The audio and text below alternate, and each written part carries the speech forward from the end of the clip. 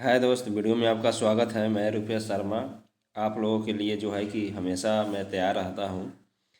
मैंने बहुत सारे वीडियो इसके पहले दे दिया हूँ और उसमें बताया हूँ कि मैं तैयारी 3 में एसएसटी में हाई स्कूल में कैसे सिलेक्टेड हुआ। वे सभी मैं बात वहाँ पे बताया हूँ और कैसे कौन सी बुक पढ़ना है ये भी मैं बहुत बेहद तरीके से बताया हूँ कि आप कैसे जो है कि इतना नंबर ला सकते हैं, 90-95 नंबर ला सकते हैं। कोई भी स्टूडेंट हो उनका आ जाएगा, न्यू स्टूडेंट हो या पुराने स्टूडेंट हो। ठीक है, तो आप पूरा वीडियो ज़रूर देखिएगा। पूरा वीडियो देखने से आपका जो है कि दिमाग खुलेगा और आपको जुनून पैदा होगा कि कैसे पढ़ना है, क्या पढ़ना है, कितना कम पढ़ना है। ठीक है, आप जानते हैं कि कंपटीशन जो है वह समुंदर है, लेकिन उसी समुंदर में कितना तक हमको जाना है उतना आपको याद रखना होगा और उस पर काम करना होगा। मैंने यहाँ फ्रांसीसी क्रांति जो मैंने लिया है, यहाँ पे आप देख सकते हैं कि बुक है सामाजिक विज्ञान का और भारत और समकालीन विश्व का प्रथम वॉल्यूम है और कक्षा 9 का है। ठीक है, यह इतिहास बुक है। इसी तरह मैं 10 क्लास का भी पढ़ा है, पोलिटिकल भी पढ़ा है। तो ये सब आप देखेंगे तो आपको पता चलेगा कि कैसे दोस्तों यहाँ पे पढ़ा गया है। ठीक है, तो आज जो है इस बुक में मैंने 9th क्लास का हिस्ट्री लिया है और उसको आप अगर बारीकी से देखते हैं तो आपको कहीं ना कहीं बहुत सारे फ़ायदे मिलने वाले हैं। तैयारी 4 में एकदम है कि आपका ज्वाइनिंग सुनिश्चित है कि हो जाएगा, इसमें नो टेंशन लीजिएगा। आप जानते हैं कि 14 जुलाई 1789 की सुबह पेरिस नगर के आतंक का माहौल था। 14 जुलाई, इसको याद रखिएगा कि फ्रांसीसी क्रांति जो हुआ था वह 14 जुलाई 1789 को हुआ था। सम्राट ने सेना के शहर में घुसने का आदेश दे दिया था। अफवाह थी कि वह सेना को नागरिकों पर गोली चलाने का आदेश देने वाला है। ठीक है, लगभग 7,000 मर्द औरत टाउन हॉल के सामने एकत्र हुए। पूछा हुआ है क्वेश्चन कि 7,000 जो मर्द औरत कहाँ पे एकत्र हुए थे, तो टाउन हॉल के सामने। उन्होंने एक जन सेना का गठन करने का निर्णय लिया। तो जन सेना का गठन निर्णय किसने लिया? तो वहाँ जो टाउन हॉल के सामने 7,000 मर्द और स्त्री थे, महिला थी, उन्होंने सभी मिलकर जन सेना का गठन करने का निर्णय लिया। हथियारों की खोज में बहुत से सरकारी भवनों को जबरन प्रवेश कर गया। कौन? 7,000 लोग। अंततः सैकड़ों लोग का एक समूह पेरिस नगर के पूर्वी भाग की ओर चल पड़ा और बास्तिल के किले की जेल को तोड़ डाला, जहां भारी मात्रा में गोले बारूद मिलने की संभावना थी।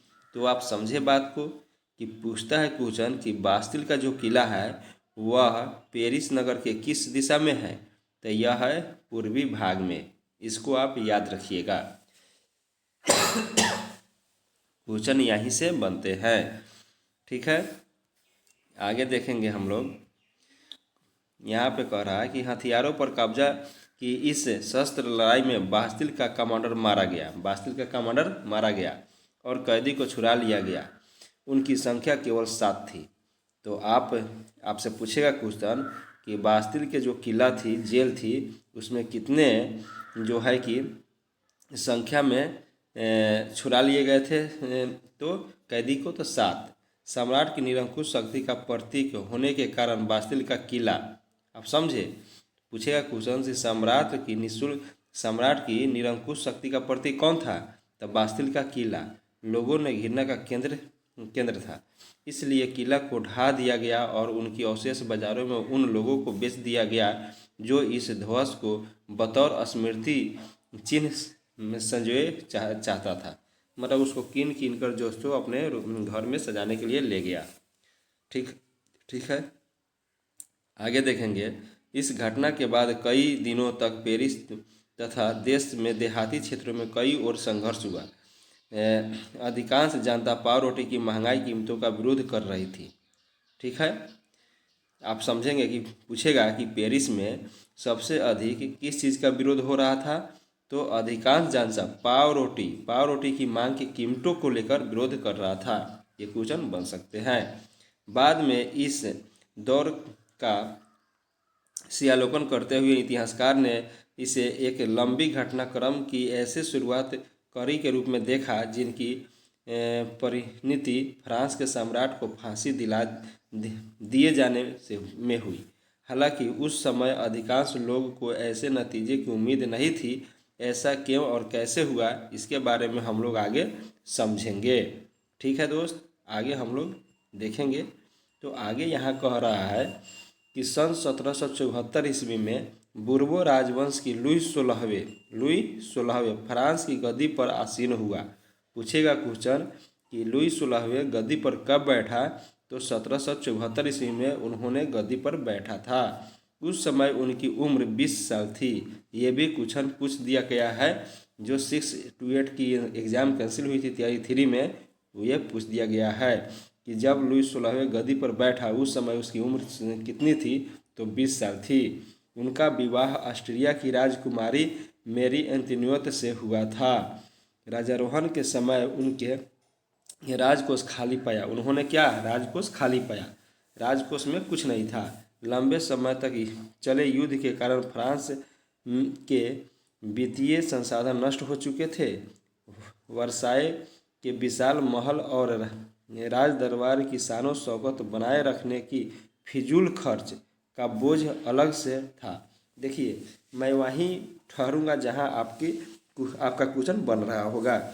लुई 16वें के शासनकाल में फ्रांस में अमेरिका में 13 उपनिवेश थे। आप समझेंगे कि लुई 16वें के शासनकाल में फ्रांस ने अमेरिका में 13 उपनिवेश को साझा शत्रु ब्रिटेन से आज़ाद कराने में सहायता की थी। अमेरिका में जो ब्रिटिश उपनिवेश था उसको स्वतंत्रता दिलाने के लिए लुई 16वें ने उनकी सहायता की थी। इस युद्ध के चलते फ्रांस पर 10 अरब लिब्रे से भी ज़्यादा का कर्ज और जुड़ गया। ठीक है, तो आपसे क्वेश्चन पूछेंगे कि लुई 16वें अमेरिका में ब्रिटेन उपनिवेश को हटाने के लिए कितने कर्ज उन पर लद चुका, तो 10 अरब लिब्रे, ये याद रखिएगा। लिब्रे फ्रांस की मुद्रा को कहा जाता है, जबकि उस समय पहले से 2 अरब लिब्रे की बोझ चढ़ा हुआ था और पहले से 2 अरब था तो कितना हुआ, सभी 12 हो गए। सरकार से कर्जदाता अब 10% ब्याज की मांग करने लगा। देखा कि कर्ज तो अधिक हो गया, तो कर्जदाता जो कर्ज दिया था फ्रांस को, वे कह रहे हैं कि अब हमको 10% ब्याज देना होगा आपको। ठीक है, चलिए आप समझे इस बात को कि 10 अरब लिब्रे जो है वह फ्रांस का खर्च हुआ अमेरिका में ब्रिटेन के उपनिवेश को हटाने के लिए। फलस्वरूप फ्रांसीसी सरकार अपने बजट का बहुत बड़ा हिस्सा दिनों दिन बढ़ते जा रहे कर्ज को चुकाने पर मजबूर थी। अपने नियमित खर्चे जैसे सेना के रखरखाव, राज दरबार, सरकारी कार्यालय या विश्वविद्यालय को चलाने के लिए फ्रांसीसी सरकार करों में वृद्धि के लिए बाध्य की गई। यह कदम नाकाफी था। मतलब कहने का मतलब है कि ये सब जो है कि सेना की रखरखाव, राज दरबार के शान शौकत, विश्वविद्यालय चलाने, स्कूल चलाने में जो भी आय मतलब कि पैसे व्यय की जाती थी, उनको जो है कि बहुत भारी खर्च होता था। 18वीं सदी में फ्रांसीसी समाज 3 स्टेट में बटे हुए थे। पूछेगा क्वेश्चन कि फ्रांसीसी समाज जो था वह कितने स्टेट में बटे हुए थे, तो 3 स्टेट में बटे हुए थे 18वीं सदी में। तीसरे स्टेट के लोग जनसाधारण ही कर अदा करते थे। मतलब जो तीसरे स्टेट के जो थे वे जनसाधारण सभी लोग जो है कि कर्ज देते थे। वर्गों में विभाजित फ्रांसीसी समाज मध्यकालीन सामंती व्यवस्था का अंग था। ठीक है, प्राचीन राजतंत्र पद पर प्रयोग सामान्यतः सन 1789 से पहले के फ्रांसीसी समाज के एक साधनों के लिए होता था। आगे हम लोग देखेंगे। यहाँ पे देख लीजिए कि जो है कि स्टेट जो है कि कितने स्टेट है, तो 3 स्टेट आप देखे हैं कि प्रथम स्टेट में जो है वह पादरी आते हैं। दूसरे स्टेट में जो है कि कुलीन आते हैं, यह आपको याद रखना है।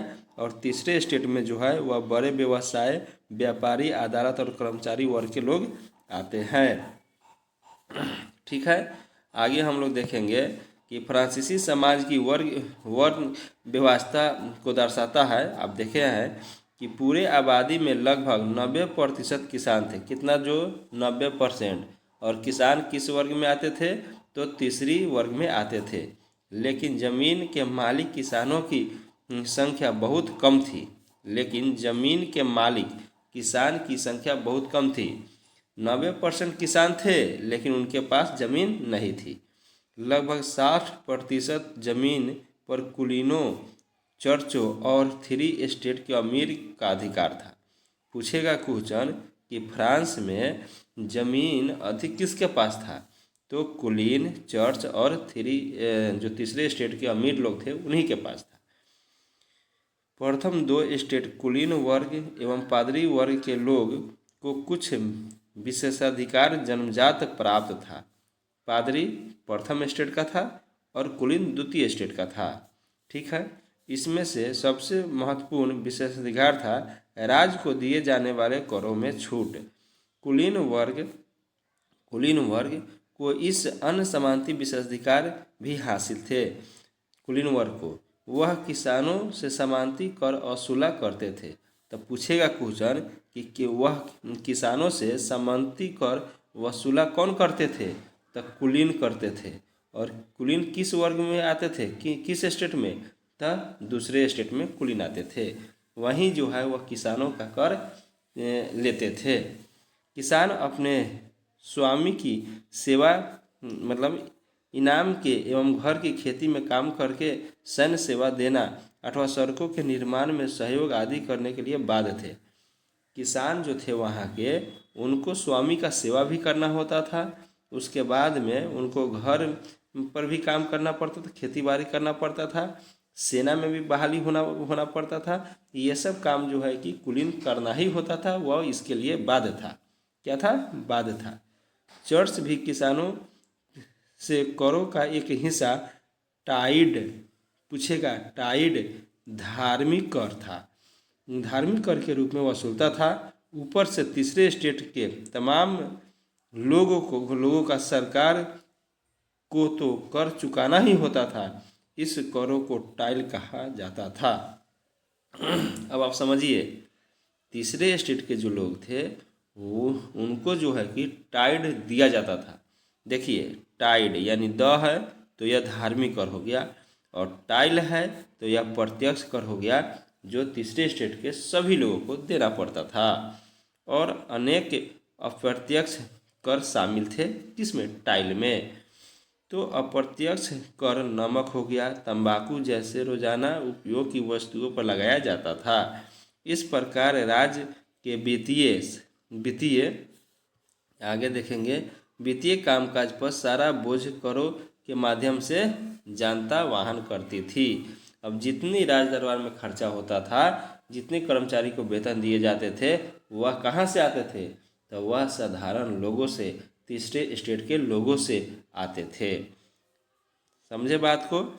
आगे हम लोग देखेंगे। यहाँ देखिए, लिब्रे जब आया है तो यह फ्रांस की मुद्रा है, जिसे 1794 में समाप्त कर दिया गया।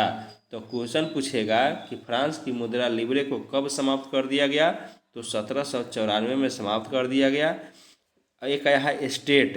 क्रांति पूर्व फ्रांस समाज में सत्ता और सामाजिक हैसियत को अभिव्यक्ति करने वाले को श्रेणी कहा जाता था, जो तीन स्टेट में बटे हुए थे। प्रथम स्टेट में पादरी आते थे, दूसरे स्टेट में कुलीन आते थे, और तीसरे स्टेट में जो है कि धनी मनी वकील, जमींदार, किसान आते थे। ठीक है, चलिए, पादरी वर्ग का काम था। चर्च के विशेष कार्य को करने वाला व्यक्ति के समूह को पादरी कहा जाता था। टाइड एक धार्मिक कर था जो चर्च द्वारा वसूला किया जाने वाला कर था। यह पर कृषि उपज के 10वें हिस्से के बराबर था।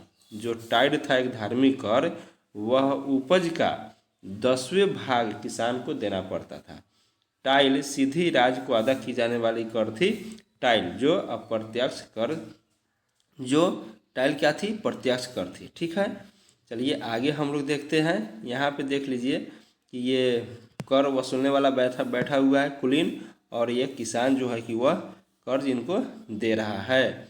ठीक है, आगे हम लोग देखेंगे यहाँ पे, सॉरी, आगे कह रहा है कि 1715 में देखिए कि 2.3 करोड़ थी किसकी जनसंख्या, फ्रांस की, लेकिन 1789 में दोस्तों 2.8 करोड़ हो गया था। जीविका संकट किसे कहते हैं? तो जीविका संकट ऐसे चरम स्थिति जब जीवित रहने के न्यूनतम साधन भी खतरे में पड़ने लगते हैं, उसे ही जीविका साधन कहते हैं। अनाम, जिनका नाम मालूम नहीं है उसे क्या कहते हैं? अनाम कहते हैं। ठीक है, ये सब जो है कि आगे हम लोग यहाँ से देखेंगे। यहाँ से जो क्वेश्चन बनते हैं वही हम लोग देखने की कष्ट करेंगे। देखिए यहाँ 18वीं सदी में एक नए सामाजिक समूह का उदय हुआ। बहुत अच्छा है, 18वीं सदी में एक नए समाज समूह का उदय हुआ जिसे मध्य वर्ग कहा गया। क्या कहा गया? मध्य वर्ग कहा गया। जिसने फैलते समुद्र व्यापारी और ऊनी एवं रेशमी वस्त्र के उत्पादन पे बल पर संपत्ति अर्जित किया। कौन किया? तब मध्य वर्ग किया। 18वीं सदी में इसकी उदय हुआ। ऊनी और रेशम कपड़े का या तो निर्यात किया जाता था या समाज के समुंदर लोग उसे खरीद लेते थे। तीसरे स्टेट में इन सौदागरों एवं निर्माताओं के अलावा प्रशासनिक सेवा या वकील जैसे पेशेवर लोग भी शामिल थे। ठीक है, ये सभी पढ़े लिखे थे और उनका मानना था कि समाज के किसी भी समूह के पास जन्मजात विशेषाधिकार नहीं होना चाहिए। कौन कहता था? तो थ्री स्टेट, मध्य वर्ग के लोग कहता था। किसी भी व्यक्ति की सामाजिक हैसियत का आधार उनकी योग्यता ही होनी चाहिए। स्वतंत्रता, समान नियम एवं समान अवसरों के विचार पर आधारित समाज की यह विकल्प परिकल्पना किसने किया? जॉन लॉक, ज्वाय जाक और रूसो जैसे दार्शनिक ने प्रस्तुत की थी। अपने टू ट्राइजेस ऑफ गवर्नमेंट्स, ये आप याद रखिएगा।